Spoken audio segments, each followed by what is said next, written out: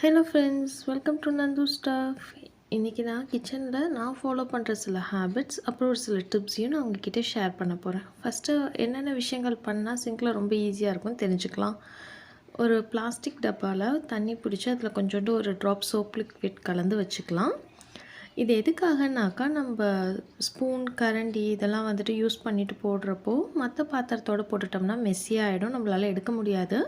So இப்படி தனியாக போட்டு வச்சிட்டோன்னா அது ஊறி இருக்கும், நம்ம அவசரத்துக்கு அதை க்ளீன் பண்ணி எடுத்துக்கலாம். இதனால பாத்திரம் நிறைய சேராமல் இருக்கும். ஏன்னா இந்த கரண்டியை நம்ம வாஷ் பண்ணி எடுத்துக்கிட்டோம்னா நம்ம இன்னொரு கரண்டி யூஸ் பண்ண மாட்டோம். ஸோ ஒரு 2-3 கரண்டிலேயே வேலை முடிஞ்சிடும். கிச்சனில் பிளேட்டையும் இது போல் சும்மா வாஷ் பண்ணி வச்சுக்கோங்க, வெசல்ஸை உள்ளே வச்சிடலாம். பிளேட் வந்துட்டு சாப்பிட்ட கையோடு வாஷ் பண்ணிவிடுங்க. டைம் இல்லைனாலும் அட்லீஸ்ட் அதை சும்மாவாவது வாஷ் பண்ணி ஒரு ஓரமாக வச்சுக்கலாம். பால் பாத்திரம் இது போல் நல்லா பிடிச்சி போயிருக்கும் இல்லையா, அது வந்துட்டு க்ளீன் பண்ணுறதுக்கு கொஞ்சம் கஷ்டமாக இருக்கும். நீங்கள் பால் காய்ச்சின கையோடு க்ளீன் பண்ணிட்டா ஈஸி. இல்லைனா இது போல் தண்ணி பிடிச்சி ஒரு ட்ராப் சோப் லிக்விட் கலந்து வச்சுருங்க. 2 மினிட்ஸ்லேயே அது ஊறிடும், நம்ம க்ளீன் பண்ணிடலாம். இப்போது வந்துட்டு அந்த சிங்க் டேப் லேஸாக க்ளீன் பண்ணிக்கிறேன். இது வந்துட்டு அப்பப்போ நான் க்ளீன் பண்ணிப்பேன். இது நீங்கள் ஸ்க்ரப்பரை வச்சு லேசாக க்ளீன் பண்ணிங்கன்னா போதும். பட் அப்படியே விட்டுட்டா ரொம்ப நாள் ஆயிடுச்சுன்னா அதில் உப்பு படிஞ்சு போய் நமக்கு ரொம்ப கஷ்டம் அதை க்ளீன் பண்ணுறது. ஸோ எப்போல்லாம் நீங்கள் கிச்சனில் வந்துட்டு வெசல் க்ளீன் பண்ணுறீங்களோ அப்போல்லாம் அந்த டேப்பையும் க்ளீன் பண்ணிவிடுங்க. ஸ்பூனும் கரண்டியும் போடுறதுக்கு இது போல் தனியாக ஒரு பாக்ஸ் வச்சுருப்பேன் வாஷ் பண்ணிவிட்டு போடுறதுக்கு. இப்போ வெசல்ஸ்லாம் க்ளீன் பண்ணிடலாம். அந்த ஸ்பூனையும் கரண்டியும் நான் அந்த வாஷ் பண்ணிட்டு மற்ற பாத்திரத்தோடு ஒரே டப்பில் போட்டேன்னாக்கா என்னால் எடுக்க முடியாது அதை. அதனால நான் இதை தனியாக போட்டு வச்சுப்பேன். தண்ணி வடிஞ்சதுக்கப்புறம் அதை எடுத்து ஸ்பூன் ஸ்டாண்டில் வச்சுருவேன். அதுபோல் சோப் லிக்விடை தனியாக ஒரு அப்படியே ராவாக ஊற்றி வச்சுக்கோங்க, தண்ணி கலக்காதீங்க. அது சோப் தான் வேஸ்ட்டு.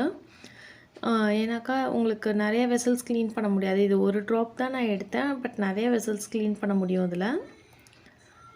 பால் பாத்திரம் தேய்ச்சாச்சு. இப்போ தான் நம்ம ஊற வச்சோம், ஈஸியாக க்ளீன் பண்ணுறதுக்கு ஈஸியாக இருக்குது. பாத்திரம் தேய்ச்சோன்னா எப்போதுமே ஸ்க்ரப்பரை கையோடு க்ளீன் பண்ணிவிடுங்க. நான் வாஷ் பண்ணிவிட்டு தண்ணி வடிஞ்சோன்னா உங்களுக்கு காட்டுறேன் எப்படி இருக்குன்னு. எல்லாத்தையும் கழுவிடலாம்.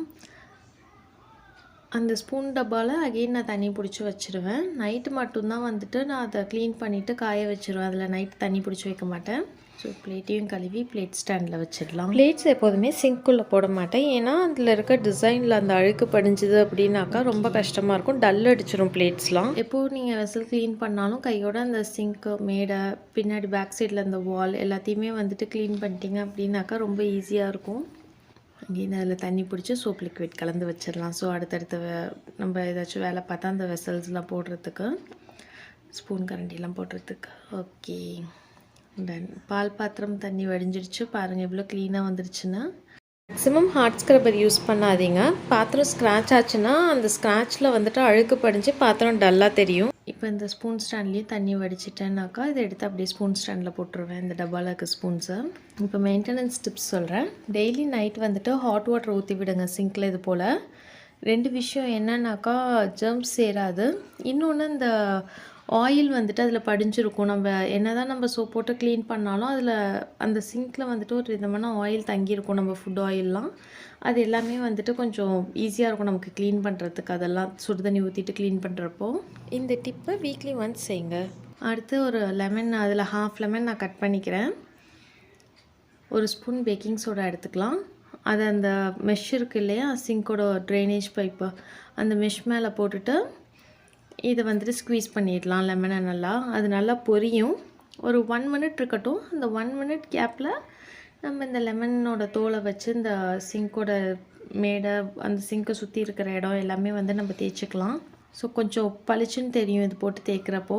படிஞ்சு போயிருக்க ஒரு சில டஸ்ட்டு கூட நம்ம லெமன் போட்டு தேய்க்கிறப்ப ஈஸியாக வந்துடும். சாதாரணமாக நம்ம தண்ணி பிடிச்சது எல்லாத்தையும் வாஷ் பண்ணிடலாம் ப்ளைன் வாட்டராலேயே. இந்த பேக்கிங் சோடா போடுறதோட பர்பஸ் என்னன்னாக்கா டியூப்பில் இருக்க அழுக்கெல்லாம் ஃப்ளஷ் அவுட் ஆகிடும். ஸோ உங்களுக்கு பிளாக்கேஜ்க்கு வேலை இருக்காது. பாத்திரம் இது போல் தண்ணி வடிஞ்சோன்னா டவல் வச்சு தொடச்சிட்டா நல்லா பளிச்சுன்னு இருக்கும். டெய்லி எல்லா வெசல்ஸையும் இது போல் க்ளீன் பண்ண முடியலனாலும் ரேர் யூஸ் வெசல்ஸை மட்டும் இது போல் தொடச்சி வச்சுக்கோங்க. ஏன்னா நம்ம எப்போவாது யூஸ் பண்ணுறதுனால அது உள்ளே இருக்கிற வரைக்கும் துரு பிடிக்காமல் ஷைனிங்காக இருக்கும். அதுக்காக ஃப்ரெண்ட்ஸ், உங்களுக்கு இந்த டிப்ஸ் ரொம்பவே ஹெல்ப்ஃபுல்லாக இருக்கும்னு நினைக்கிறேன். So please subscribe. See you in next video. Bye bye.